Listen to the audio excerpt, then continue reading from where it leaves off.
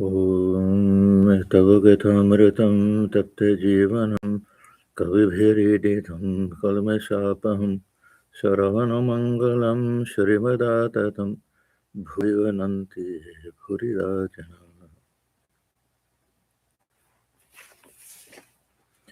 Your words are like nectar, bring life to scorched souls. They are praised by poets and remove all sin. They are auspicious to hear, wonderful and exalted. Those who spread these words throughout the world are truly giving souls. Welcome to our class on the Gospel of Sri Ramakrishna. We're on the chapter with the devotees in Calcutta, and this date is April 6th, 1885, and Sri Ramakrishna is in the drawing room of Balaram Bose's house. So we're on page 738 towards the bottom. We've seen on many occasions that Thakur will have more than one visit on a day. Last time we saw he went to Balaram's house and then to Girish's house. This time he'll go from Balaram's house to Devendra Vijayamdra's house. Sri Ramakrishna was on his way in the carriage to Devendra's house in Nemo Goswami's lane. This is just across, almost just across from where present-day Advaita Ashrama is. And it is a small center. It was a private center for many years, and now I think it became a sub-center of Advaita Ashram, maybe. But it's a nice place to visit. Arunachala, it's called. Devendra was a very wonderful devotee and wrote many of the hymns that we chant and sing songs to Sri Ramakrishna. So Sri Ramakrishna was on his way in the carriage to Devendra's house in Nemo Goswami's lane. The younger Naren, M, and one or two other devotees were with him. The master felt great yearning for Purna. He began to talk of the young disciple. This Purna was one of the young boys. Many of them came through M, or were his students, that Thakur had some very special love for. We read towards the end of his life how he would long to see the Purna. And one time he said that you see how much this heart is longing to see Purna. Nothing compared to how I felt when I wanted to see Narendra in the early days. So anyhow, this was the one thing that sometimes we forget about Sri Ramakrishna, that the tremendous love that he had for his disciples, for devotees in general. We always think that Holy Mother was the loving one. Of course she was. There's no question about that. But the love that Thakur felt for the devotees was really something very, very wonderful. We know the story of Purna. Thakur considered him to be one of the Ishwarakotis. I think he had full expectation or hope that he'll become a monastic member. Family was dead against it. They forced him to marry. Thakur had warned them he won't live long if you force him to marry, and it turned out to be true. One very nice story we know about Purna is that he felt very depressed that here he had to live this family life and everything, and he wanted to commit suicide. And then he thought, let me read some of the words of the Kotamrita, the Gospel, before I do that. So randomly he opened to a page, and he saw Thakur was thinking about Purna. And then he said, yeah, Thakur was thinking about me. I have nothing to worry about in this lifetime. So then he gave up that thought. So this is the second instance we know that M himself was ready to commit suicide before he came to Sri Ramakrishna. So when he says tapta jivanam, that he brings life back to these people suffering in the world, that is really true. So the master felt great yearning for Purna. He began to talk of the young disciple. Yeah, Purna literally means full, complete. So Thakur used to say with the coming of Purna, that this inner circle, where the close disciples and everything, was complete. Master to him, a great soul, or how could he make me do japa for his welfare? But Purna doesn't know anything about it. He's just a teenager at this time. M and the other devotees were amazed at these words. Master, it would have been nice if you had brought him here with you today. Why didn't you? Seeing the younger Naren laugh, the master and the other devotees laughed too. Naren, younger Naren, that we see his behavior when Thakur goes to Golab Ma's house, and later, and he acts a little bit like a buffoon. He's also young, but he's a funny. Seems like he was a funny kid. Seeing the younger Naren laugh, the master and the other devotees laughed too. The master said to M, laughing and pointing to Naren, "Look at him. Look how naive he looks when he laughs, as if he knew nothing. He never thinks of these three things: land, wife, and money." This is some Urdu expression or Hindi expression, something that Thakur used to use. God cannot be realized unless the mind is totally free from lust and gold. The carriage proceeded to Devendra's house. Once Sri Ramakrishna had said to Devendra at Dakshineswar, "I've been thinking of visiting your house one day."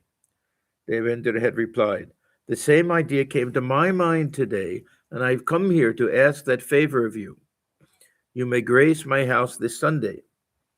But the master had said, "You have a small income. Don't invite many people. The carriage hire will also run to a big amount." See, Thakur, he couldn't think about money. And yet, in an instance like this, how considerate he is, thinking that it'll be a problem for his disciple. Yeah, Thakur and money is a very strange thing, huh? He couldn't touch it. He couldn't save any of it. And when it came to Holy Mother, he knew exactly how much money had to be kept aside, what the interest would be, how much she would need to live on. He had all that figured out and arranged and everything. So if he wanted to, he could do it. Not that he was incapable, just the mind was so averse. When it came to him, see, there's a big distinction. When it came to him, he had no interest in saving money or anything. When it came to Holy Mother, it was a different story. I'll tell you an interesting story. Or Swami Swahanandaji. Swami Swahanandaji and money. That money was nothing to him. Freely it will come and it'll go. Any money that came to him, he'll give it away to anybody. But to spend money on himself was a completely different thing. So he's in the hospital in Pittsburgh one time. And maybe he has pneumonia, they're not sure, or this congenital, this heart disease, what is it called? When congenital heart failure. Yeah. Anyhow, the doctors are very nervous and it's very dangerous. And he says, "I want to leave. I want to go back to Hollywood." And everyone's arguing with him that no, you can't, that you have to stay a few more days. So he looks at me and he says, "You changed my ticket for tomorrow." So I knew how he thinks. That just don't argue with him at that time. He said, "Yes, Maharaj, I'll do it." So we went back and I looked to change the ticket and everything. And I came back and he said, "You do it." He said, "I can change your ticket, but it'll cost an extra $200. He said, "Then forget it." So same with this Ramakrishna. If necessary, and he had to think about the other people and how much money things would cost for them, he could do it. But with regard to himself, no question. I always remember that. And then immediately said, "Give it up."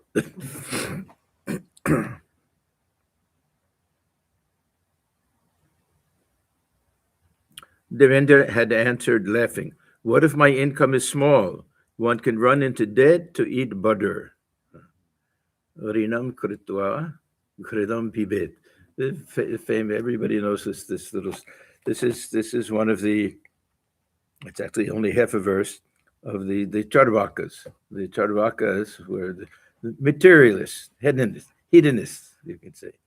that they didn't believe in an afterlife or rebirth or anything, that this is all we have, that make the most of it, do whatever you want, even go into debt to enjoy this world. So he's quoting these words, I think, very commonly known in India. At these words, Sri Ramakrishna had laughed a long time.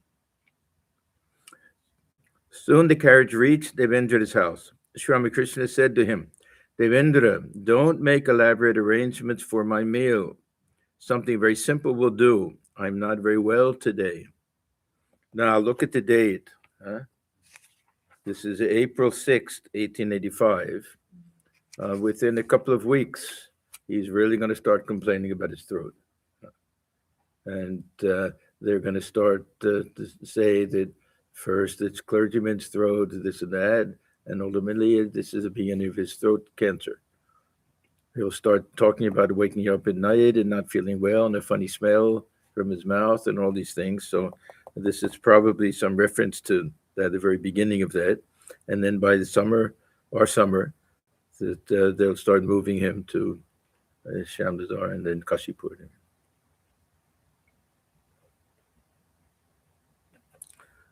So something very simple will do. I'm not very well today.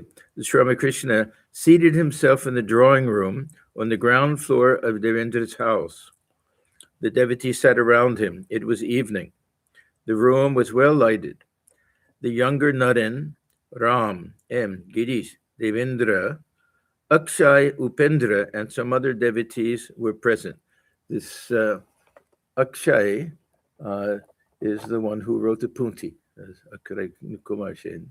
He was just a kind of simple villager, and very thin and haggard looking, very dark complexion and everything. Swamiji used to make fun of him and everything, but when he wrote that Punti in this that kind of village style, Swamiji praised it so much. Upendra, he was another interesting case that he grew up very poor, and if I remember correctly, and he said he wanted to become rich. Huh? That was Upendra, and later he started this publishing printing company, this Basmati printing press, became very wealthy, and I think this Akshay worked for him also. They were friends. And they were the first to publish and print the Udbodhan magazine. And Latu Maharaj used to sleep there. He was good friends with these people who were printers that didn't have a very good reputation. They also liked to drink and play cards and all of that, but Latu liked them very much. And then a great help to Swami Trigunatitananda, who was the first publisher, editor of the Udbodhan magazine. That was the first Bengali magazine of the order. And Swamiji himself contributed many articles to that, some of the poems and articles. And they were good friends with Devendra. So yeah, look at the people who were there. Younger Naren, Ram, this of course is Ram Chatterjee, he's Swamiji's relative. M, Girish, Devendra, Akshay, Upendra, and some other devotees were present. As the master cast his glance on a young devotee, his face beamed with joy. Pointing to the devotee, Sri Ramakrishna said to the others, he is totally free from attachment to land, wife, and money, the three things that entangle one in worldliness. The mind that dwells on these three cannot be fixed on God. He saw a vision too, to the devotee. Tell us, what did you see? No, I don't know who this is. Sometimes, quite often, when it says devotee, it means M himself, but this is to a young devotee. So I think it's somebody else. I don't know why we don't have the name. Devotee laughing. I saw a heap of dung. Some were seated on it, and some sat at a distance. Master. It was a vision of the plight of the worldly people who are forgetful of God. It shows that all these desires are disappearing from the mind. Need one worry about anything if one's mind is detached from lust and gold? How strange. Yet Thakur used to say this to renounce the world. Shong Tag. What is the world? We used to say this comedy concept. There's lust and gold, if one gives up that, one's renounce the world. Not a question of leaving home and baking food and wearing a garwa cloth and all of that. So, yeah, this word, samsara, is very interesting. It can mean this whole physical universe. It can mean this worldly life. It can mean one's own family. It can mean this round of birth and death and entanglement in the world.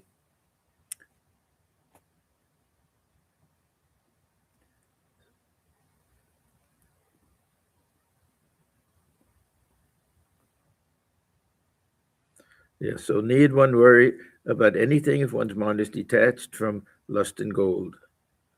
Yeah, this is why this life of renunciation,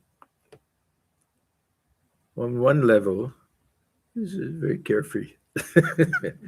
Very carefree. All the worries and anxieties that we may have about running a center and doing all of that, very much secondary. It's not like what people who have to worry about the family and business and all of that, what they have to go through. Well, it's a completely different thing.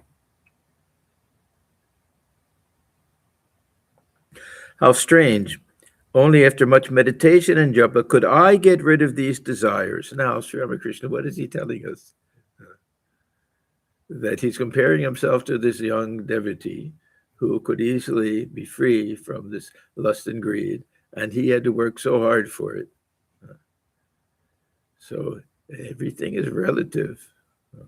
For Sri Ramakrishna, if the tiniest little thought of wanting to possess something came into his mind, it would be like a huge thing. For anybody else, it's nothing. So we have to look at it from that point of view. He said this is the one time he makes a reference to this. So only after much meditation and japa could I get rid of these desires, and how quickly he could banish them from his mind. Is it an easy matter to get rid of lust? I myself had felt a queer sensation in my heart 6 months after I'd begun my spiritual practice. Now, what does this mean? That he felt the slightest lustful feeling one time in his life that we know of, and just with like that was gone. Just our Divine Mother is showing him what other people struggle with. Otherwise, what is this all about? One time. So what does he say?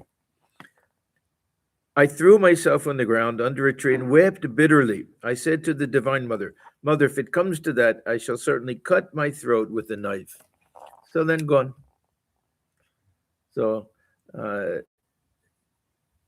what others, monks in general, what they struggle with for a whole lifetime, one little thing happened one time. And like that is one. And even then, just to play, part of this lila. His mind was so beyond all of these things, but so he could relate to people and we could relate to him. He can say that he had this one experience. To the devotees, if the mind is free from lust and gold, then what else can obstruct a person? He enjoys then only the bliss of Brahman. Shashi, this is later Swami Ramakrishna, had recently been visiting Sri Ramakrishna. He was studying at the Vidyasagar College for his bachelor degree. The master began to talk about him, master to the devotees. That boy will think of money for some time, but there are some who will never do so. Some of the youngsters will not marry. Now, of course, he's one of the ones who won't marry. And how Sri Ramakrishna judges people depends on what's in the surface of the mind and what's deep in the heart. We see both things. So with Swamiji, for him, Narendra was the beginning and the end of everything. The most qualified of any possible spiritual aspire, greatest adhar, this container, receptacle. And yet he would say he has a little bit of the little pink of rajas, and now his mind is a little bit of unworldliness. He'll have to get over it and everything. So different standards for all of them. So the Shashi, he had already seen him as a disciple of Christ in vision. But a little, even we were reading the other day how such a hard thing to understand. How Sri Ramakrishna says about Rakal, Swami Ramananda, that he had a little desire for enjoyment. I send him home to his wife from time to time, his young wife. How do we possibly understand that? The spiritual son of Sri Ramakrishna, the spiritual giant among giants, that these little plays of Maya are there.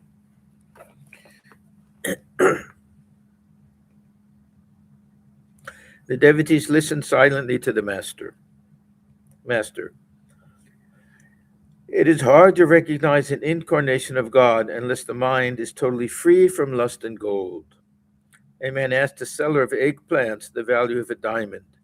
He said, I can give 9 seers of eggplants in exchange and not one more. There's a long story, we'll get to it later.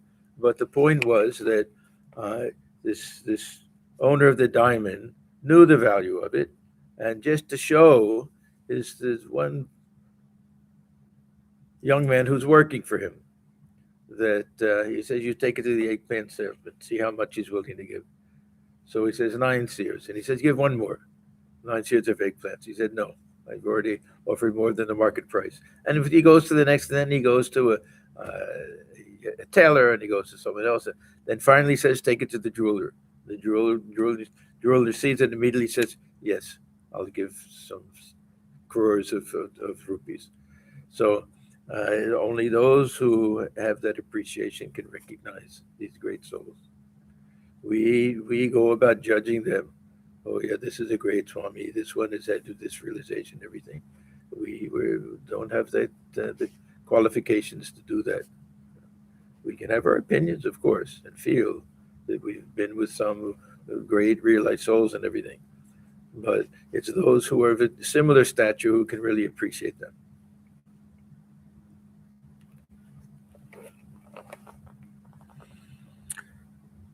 So a man asked a seller of eggplants the value of a diamond. So we're like the eggplant salesman.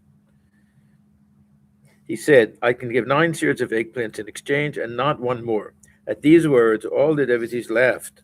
The younger Naren laughed very loudly. We've already seen that he likes to laugh. Very carefree young guy. Sri Ramakrishna noticed that he had quickly understood the implications of these words. Master, what a subtle mind he has. Nangta also could understand things that way in a flash. The meaning of the Gita, the Bhagavata, and other scriptures. Renunciation of lust and gold from boyhood. Amazing indeed. It falls to the lot of a very few. A person without such renunciation is like a mango struck by a hailstone. The fruit cannot be offered to the deity, and even a man hesitates to eat it. There are people who during their youth committed many sins, but in old age chant the name of God. Well, that is better than nothing. The mother of a certain Malik, who belonged to a very noble family, asked me if prostitutes would ever be saved. She herself had led that kind of life. That is why she asked the question. I said, yes, they too will be saved, if only they cry to God with a yearning heart and promise not to repeat their sins. What will the mere chanting of a Hari's name accomplish? One must weep sincerely. This is one of the attributes of all of these great souls. We see in the life of Christ with prostitutes and others like this Patita Pavana. They've come for the fallen. They've come for those that to purify them, those who everyone else gives up on and forgets and looks down upon. So we just have to look at how much love and compassion Thakur had for all of the actresses in Girish's stage, and how they loved him, and how he gave so much hope to them. That and now he's the patron saint of theater in Bengal. I imagine it's still true, but we used to read that his picture will be there behind in all of the theaters in Calcutta. Yeah. Yeah, I visited Kalamandir this Ah, you saw it yeah, also. it was Yeah, beautiful. yeah.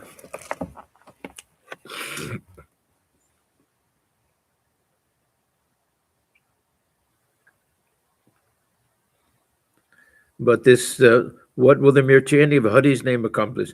One must weep sincerely. So it has to be heartfelt.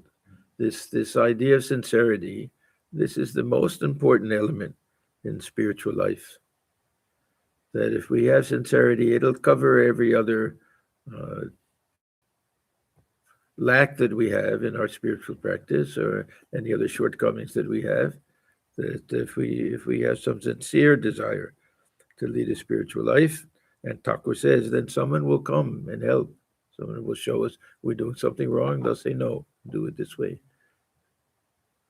And weeping, that if Thakur heard that anybody had wept for God, he would think, what a wonderful thing. And tears, those tears, they even, he said, come out of the other corners of the eyes, something special, something different about it, that they wash away all the impurities of the heart, the tears of the eyes. The kirtan began to the accompaniment of drums and cymbals. Generally, when Thakur was invited to someone's house, they would do some kirtan and very often invite one of these kirtaniyas, and these little groups of kirtan singers. The singer was a professional. He sang about Sri Gauranga's initiation as a monk by Kesha Bharati.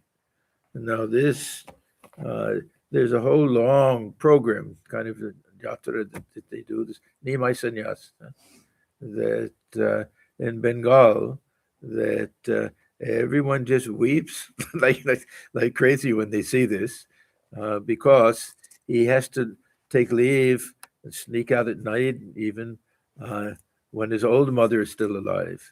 Old mother has lost, I think, 11 children, something like that, died. And then the one remaining, he also left the world as a monk. So now she's left with nobody, very heartrending. And the beautiful songs were composed and everything. We had our Mandira.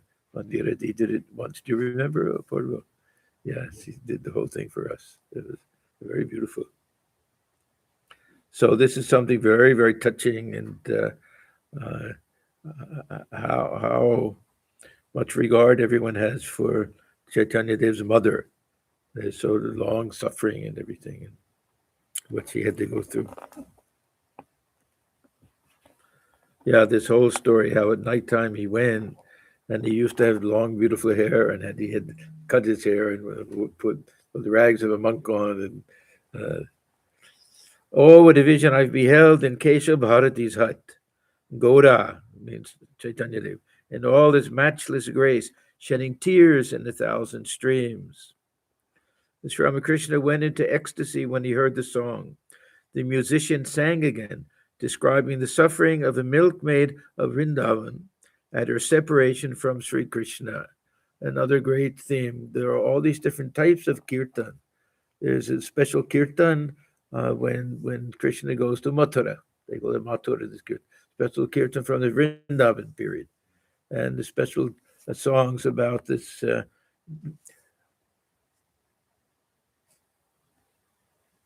intense suffering from separation, Viraha Bhava, that Radha felt and the other gopis felt. So this is one of those songs. Uh, the musician sang again, describing the suffering of a milkmaid of Vrindavan at her separation from Sri Krishna. She was seeking her Krishna in the Madhavi. Bauer Madhavi, it says, a spring creeper with fragrant flowers. Oh, Madhavi, give me back my sweet one. Give me back my sweet one.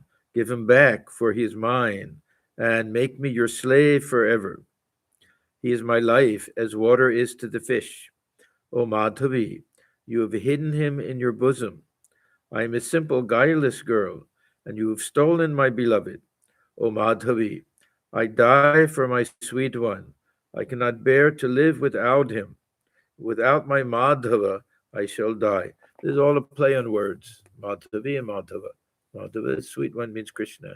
Madhavi is the creeper, and that bower, the area where the creepers were.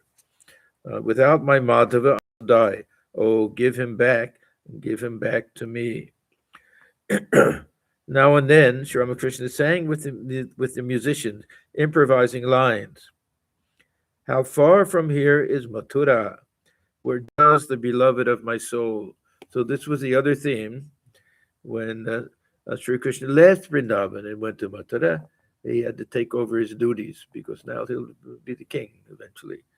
And all these stories when the gopis will go to see, and who is this stranger wearing this pagadi and dressed up in fancy clothes? We only want our boyhood friend who used to graze the cattle in the fields and everything. So how far from here is Mathura, where dwells the beloved of my soul? Sri Ramakrishna went into samadhi.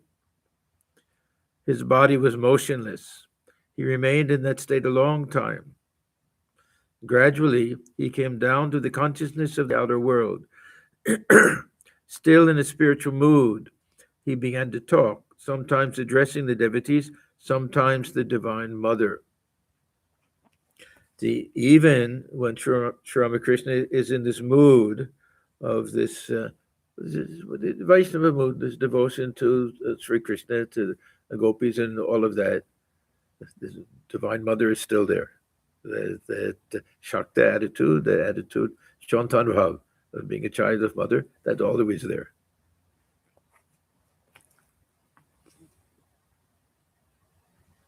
Master, Mother, please attract him to thee.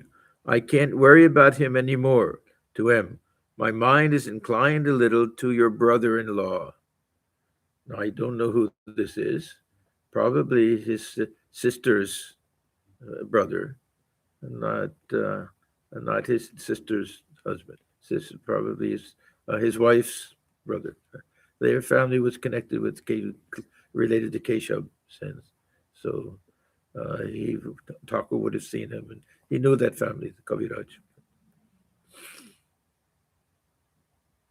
Yeah, that's why in the first visit, the M to Sri Ramakrishna, Thakur asked him where he's staying and everything. He says, Baranagar. And he says, whose house? And he says, oh, as soon as he hears the name, he says, how is Keshav?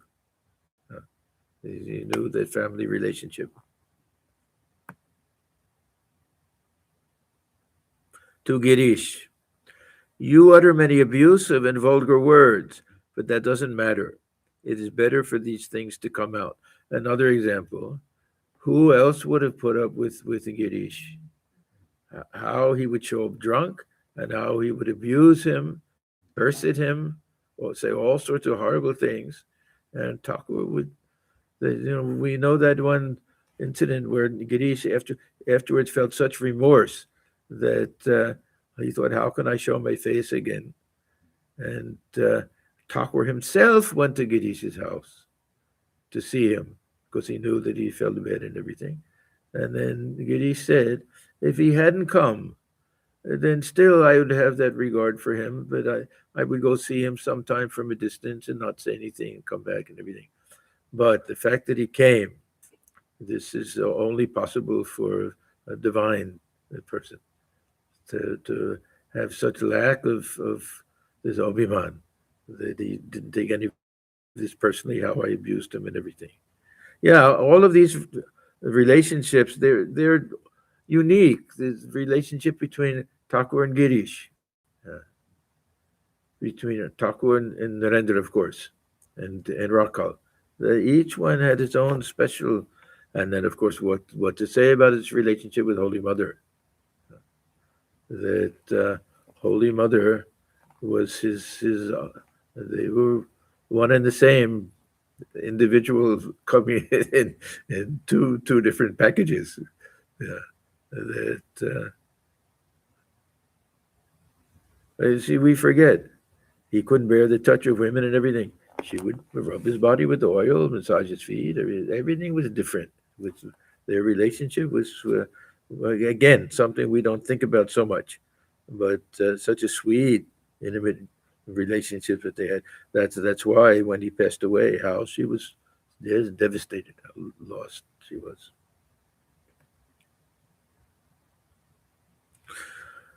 So Thakur says to Girish, and remember, whenever he comes down from this plane, there's always a little bit of that intoxication remains, and a little bit speaking from this higher plane. So you utter many abusive and vulgar words, but that doesn't matter. It is better for these things to come out. There are some people who fall ill on account of blood poisoning. The more the poisoned blood finds an outlet, the better it is for them. Yeah, this was a common thing, bleeding. There's certain types of ailments and diseases, they would do that. Or they would use leeches. They would usually, even in the early days in this country, the barbershop. You see with the barbershop, the little thing with it has a little red and everything. They also used to do that kind of stuff there. Leeches and other, yeah, they felt that this bad blood had to come out somehow.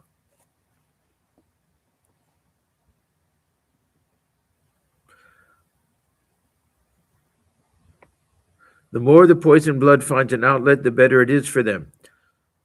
At the time when the upadhi of a man is being destroyed, it makes a loud noise, as it were. Wood crackles when it burns. There's no more noise when the burning is over. So this means with Girish, what is this upadhi that he has? What is this quality, this characteristic that he has to get over? A lot of it is this anger. A lot of this is this pride. A lot of this is he had a very poor image of himself. So we say, I'm a sinner, I'm a horrible sinner, this and that. So these are the upadhis that he had to get out. Part of the way he got rid of these, Thakur was saying, was by abusing him. So Thakur is accepting. He's swallowing that poison. Swallowing that poison. Know that this is necessary for Girish to somehow get over these things. He's not the type of person who will sit for meditation and get over his anger and all of that. He has to go through these things. So wood crackles when it burns. This is all this Girish, this abusing Sri Ramakrishna. There's no more noise when the burning is over. And Girish became a great saintly figure. I mean, he didn't lose his old personality completely, but the faith that he had in Sri Ramakrishna was something very few of the others could match. That faith that he had. And then again to Girish, you will be pure day by day. You will improve very much day by day. People will marvel at you. So he used to say, I'm Thakur's greatest miracle.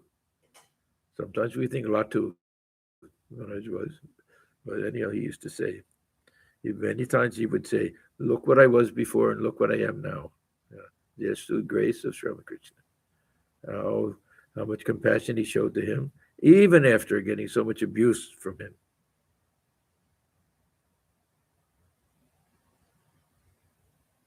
Then Thakur says, I may not come many more times, but that doesn't matter.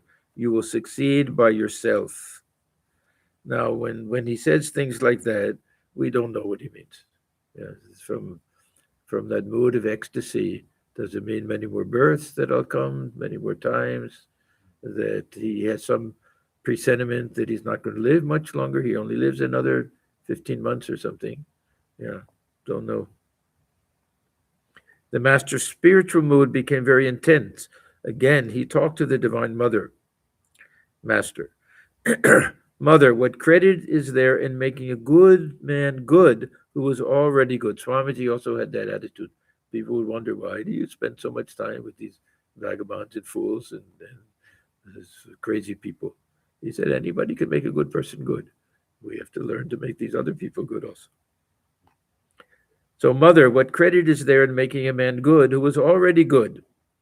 Oh, Mother, what wilt thou accomplish by killing one who is already dead? Only if thou canst kill a person who is still standing erect wilt thou show thy glory. And Sri Ramakrishna remained silent a few moments. Suddenly he said in a slightly raised voice, I have come from Dakshineswar. I am going, Mother. It was as if a child had heard the call of its mother from a distance and was responding to it. So, Divine Mother for Sri Ramakrishna uh, was, of course, this cosmic Divine Mother, the one with the Brahman, but still Mother Kali, and still connected with Dakshineswar. That association is still there in his mind to return to her, to Dakshineswar. He again became motionless, absorbed in samadhi. The devotees looked at him with unwinking eyes. Still in an ecstatic mood, he said, I shall not eat any more luchi. Now, again, we don't know why, he says. Very often he comes down from that state and says, I'll eat some luchi, or I'll drink some water to bring the mind back down. Here we don't know why exactly. Maybe he's, because of this illness that he has, he feels that luchi was partly the cause. Later he'll think that all of this ice and ice cream is the cause. Who knows why he says it. At this point, a few Vaishnava priests who had come from the neighborhood left the place. That means they have no idea what he's talking about. They have no idea the divine fervor that that level of ecstasy that he's speaking from. No appreciation of any of this. They think that he's just talking nonsense, so they leave. It's very sad for them. How they're standing in front of a rare manifestation of divinity in an ecstatic mood, saying all of these secret things and unable to appreciate it, like the eggplant salesman.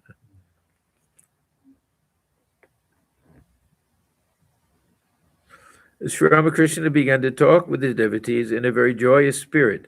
It was the month of April, and the day was very sultry. April, of course, April, May, these are the summer months in India, very hot. Devendra had made ice cream. Thakur loved ice cream. He loved ice. It's kulfi, of course. And he was always asking for ice. He liked that lemonade. And, yeah, who knows how much earlier he had that pain in his throat that we don't know about, and that ice felt soothing for him.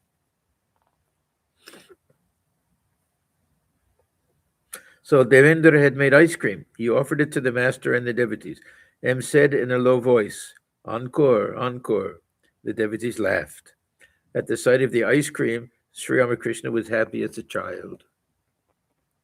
Master, the Kirtan was very nice. Those Vaishnavas who left, probably they had come to hear that Kirtan and everything also. The Kirtan was very nice. The song described beautifully the gopi's state of mind. O Madhavi, give me back my sweet one, Madhava. The milkmaids of Vrindavan were drunk with ecstatic love for Krishna. How wonderful, mad for Krishna. A devotee, pointing to another devotee, said, he has the attitude of the gopis. Now again, we don't know which one is which. If one is M, if one is, if the one who is pointing is M or the other one is M, we don't know. Ram. No, he is both. The attitude of tender love and the attitude of austere knowledge. What was M's attitude? Sri Ramakrishna asked him, and he said, I like this nirakar. I like this formless aspect of God, but I understand others is true. So I also like this servant attitude. And then one time Thakur says to him, no, your attitude, you're a Shakta. Look upon God as mother. Like that. And in fact, his mother had died when he was young. And he was very, very devoted to his mother. Didn't get along with his stepmother very well. And he asked Sri Ramakrishna once, can I meditate on my mother? And Thakur said, yes, why not? You feel that love and everything. But he used to say, but do it with the feeling of God dwelling within.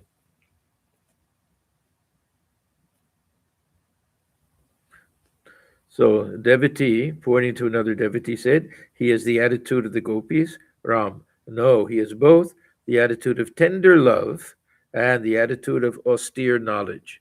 Could possibly be him he's talking about. Don't know. Master, what is it you were talking about? Sri Ramakrishna inquired about Surendra. Surendra is another one that, like Girish, that he liked to drink. We can say maybe alcoholic in present language. Uh, there were others also. This one thing that Swamiji was very angry about, he blamed the British. He said for opening up these taverns and shops on every street corner. And many of the local people, they weren't accustomed to this type of easy access to this type of easily addictive type of alcohol. Many became addicted to drink. But he was very generous. He's the one who really paid for most of the Kashipur Garden House. He's the one without his help, they couldn't have afforded the Bharanagar Mutt, but also very sensitive, and his feelings could get hurt very easily. And if with that one incident with, he spent a lot of money for a very fancy flower garland, and Thakur threw it aside, and he was very, offended by that. And then later, Thakur picked it up and put it around him. And anyhow, that's another interesting relationship. And how he prayed that Thakur could come to see his Durga Puja in his house. And Thakur was then in Kashipur, not well. And somehow, through a path of light, can go and see what's taking place. He sees this Surendra weeping at the time of the ended puja, that mother has to go back to her home now. Thakur saw all of it and told him. He said, "Yes, I saw," and he said, "Yes, I was sitting there at that time weeping and everything." So these are things that we can't explain with our modern science. So Sri Ramakrishna inquired about Surendra. Ram, I sent him word, but he hasn't come, Master. He gets very tired from his heavy office work. A devotee. Ram Babu has been writing about you. So there's Ram and Girish and some of the others, but these two especially, they were the ones who uh, not only uh, had this conviction that Thakur was an avatar, but felt some need to proclaim it everywhere and to almost, we could say, convert people. Especially in Girish, how he would argue with Narendra. Almost, you have to accept it. Don't you see God Himself standing before you? And how do you not know that? So this Ram was like that also. And he had a little desire for a little name and fame. It's okay. Okay, he was proud of being a devotee of Sri Ramakrishna and recognizing him and everything. He was very instrumental in changing the opinion of Sri Ramakrishna for the people. We now Kolkata is such a huge place, and millions of people on every street corner, it seems. But in those days, they were real neighborhoods, and everyone knew everybody. And in the beginning, everyone saying, "What is this Ram doing? This crazy man is coming." And little by little, they went, and there's a whole pockets of North Calcutta, especially Bagh Bazaar, other places. Yeah, it's a very interesting book written by Swamiji's younger brother, Mahendra, about, because he was a young boy and he saw that he would hear people, neighborhood people talking about, "Oh, this Ram has come under the sway of that madman of Dakshineswar." And then he saw that gradually how things changed because of him. So uh, he played, and he also brought many young people to even to become monks. There was a whole group that they first went to Ram, and then M took them to Dakshineswar, to Bharanagor, when the other monks were there and everything. Yeah, the second generation, Swami Virajanandaji and others. So Ram Babu has been writing about you, Master, smiling. What is he writing? Liberty. He is writing an article on the bhakti of the Paramahamsa. Later, he writes a full biography. It is interesting, but there are many things that are a little bit at odds with what we read in the Great Master and everything. So there's people question a little bit that how well it was researched. And let's think. So he's writing an article on the bhakti of the Paramahamsa master. Good, that will make Ram famous. Yeah, Thakur didn't like this. He would say, "What are you doing?" His attitude was that people will come of their own. That the flower, the lotus blossoms, the bees don't need an invitation; they'll automatically come, and they're genuine people. He didn't like to just have that name that will bring all sorts of people to him. We see that those gurus, so-called gurus, who become so popular, thousands and thousands of people flock to them, and how many are really sincere? Thakur wanted very sincere people to come. He didn't care about these large numbers or anything. At one time, he's sitting with Latu, and he says, "Can you make a list of all these intimate devotees who come and everything?" They came up with something like 30 names. Now, of course, we could add to that probably, but it just shows that how different it was during Thakur's lifetime. And he used to say this was one of the signs of the avatar. They're barely recognized during their lifetime. And then after they pass away, then everything grows and grows, like the big steamship. By the time the wake reaches the shore, the steamship is out of sight.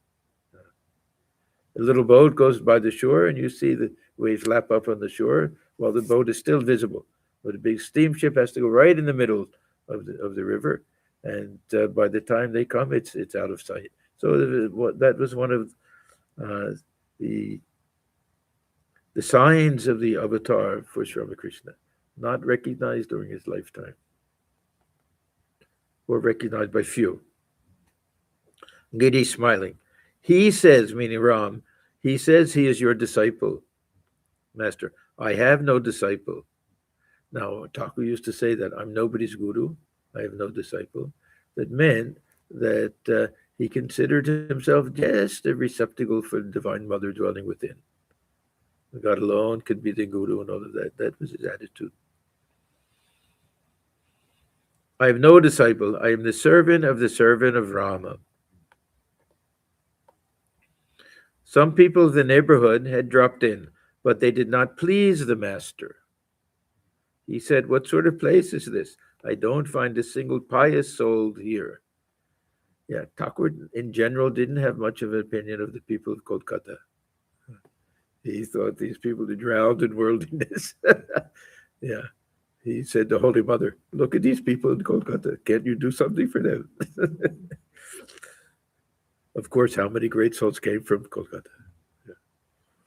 Yeah. Devendra took Sri Ramakrishna into the inner apartments and offered him refreshments. Now, this we see everywhere, that the inner apartments, generally, of course, they don't explain all of this, but generally, all of the wives are also there, sitting in a different room or behind a screen, or maybe the door is cracked so they can hear him but can't really see him. But when he takes his refreshments there, then they have access to him. And we don't know what goes on there because only he is there. So it's a great thing that, or a great unfortunate thing that we don't have record of what goes on when he's sitting with all of the women. Yeah. So the women in Balaram Bose's family, for example, they had so much access to him because he went so many times. And he would be very free and laugh and joke with them. Sometimes people would hear this laughter going on. So Devendra took Sri Ramakrishna into the inner apartment and offered him refreshments. Afterwards, the master returned to the drawing room with a happy face and took a seat. The devotees sat around him. Upendra and Akshay sat on either side of him and stroked his feet. So we already heard about these two. And as I say, this Akshay later wrote and worked and helped this Upendra. So they were good friends. And Upendra became very wealthy through Thakur's grace.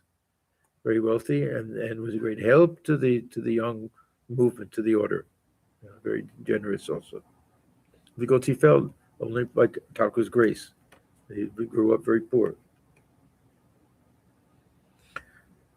So Upendra and Akshay sat on either side of him and stroked his feet. The master spoke highly of the women of Devendra's family. So that means that during that time, sitting with them, taking refreshments, he gets to meet them. Uh, the master spoke highly of the women of Devendra's family, saying, they are very nice. They come from the country, so they're very pious. So this village people have a simplicity to them. Not always, of course. They can also be ultra orthodox, and but in general, they don't have the sophistication of the city people, which is a great blessing and boon to them. They can be very simple and guideless. The master was absorbed in his own joy. In a happy mood, he began to sing. Unless a man is simple, one cannot recognize God, the simple one. There was a movement called the Sahajiya movement. And even this other bowel movement and everything, they like this idea that God is Shohoj, the simple one, and that one has to have that same guilelessness, simplicity, in order to realize God, who is also simple that way. So Thakur always he always liked that idea that one has to be guileless and simple. Again he sang, "Stay your steps, O wandering monk. Stand there with begging bowl in hand, and let me behold your radiant face." Once more, a mendicant has come to us, ever absorbed in divine moods. Holy alike is he to Hindu and Mussulman. The Baul tradition was something very unusual, that they made no distinction between Hindu and Muslim, at least certain.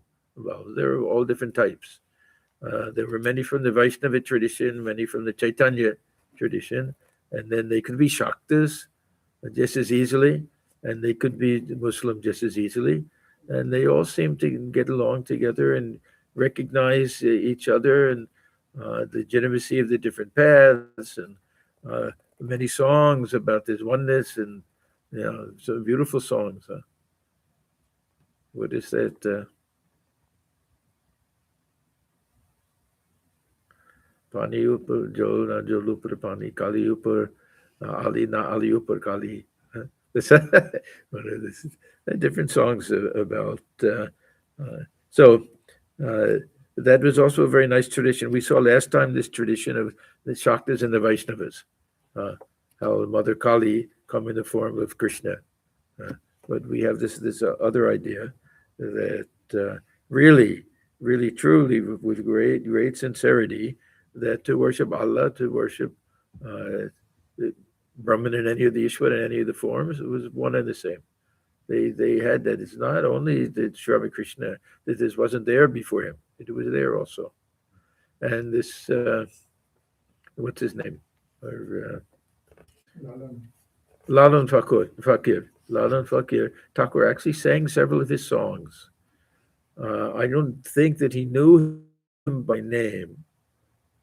He was a little before Thakur, and his songs he wrote 10,000 songs, they say, and he illiterate. He didn't write them. He just and somehow they were kept and remembered and everything.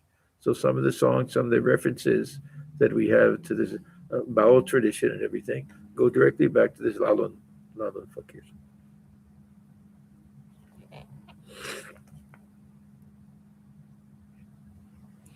Girish saluted the master and took his leave.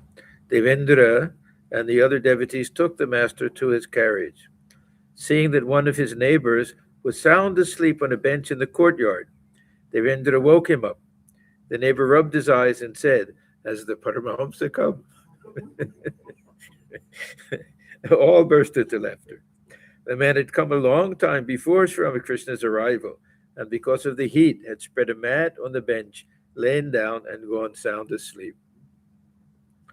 Sri Ramakrishna's carriage proceeded to Dakshineswar. He said to M happily, "I've eaten a good deal of ice cream. Bring 4 or 5 cones for me when you come to Dakshineswar." I doubt if these were ice cream cones. I don't know. There's a kulfi. So there's no cone with it, but anyhow, it means like a popsicle. Yeah, something like that. No, maybe it was still in that little thing to take it. Or in the metal Yeah, thing. That's not what we call a cone. otherwise it will melt. Yeah, that's not what we mean by a cone in this country. A cone means like the waffle cone that you eat the whole thing. Yeah, ice cream cone. So bring 4 or 5 cones. It means 4 or 5 pieces of kulfi. Yeah. Continuing, he said, now my mind is drawn to these few youngsters, the younger Naren, Purna, and your brother-in-law. He's saying to, this is to M. M, do you mean Dija? Master, no, he is all right. I mean his elder brother. The carriage rolled on to the Kali temple at Dakshineswar. So this is the end of the day, the end of the chapter. We'll begin next time on chapter 39, the Master's Reminiscences. There's April 12th, 1885, page 743.